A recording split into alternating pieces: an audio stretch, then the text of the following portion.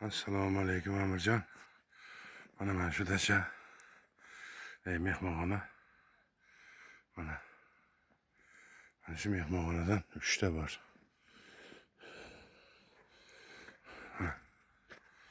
Shu uchalasini nimalariga qarab nima qilamiz? Hozir sizga yana boshqatdan bizni yotadigan joyimiz bu endi namoz o'qiydigan xona. Mana bu o'tiradigan nimamiz. Mana shu nima monitorga qarab o'tiraman men. Mana knopkalari. Mana shunga qarab kirdi chiqdiga knopkani men bu yerdan bosaman-da. Bu bizning xolodilnikimiz. Bu tualet dushimiz. Mana все нормально. Hammasi yaxshi.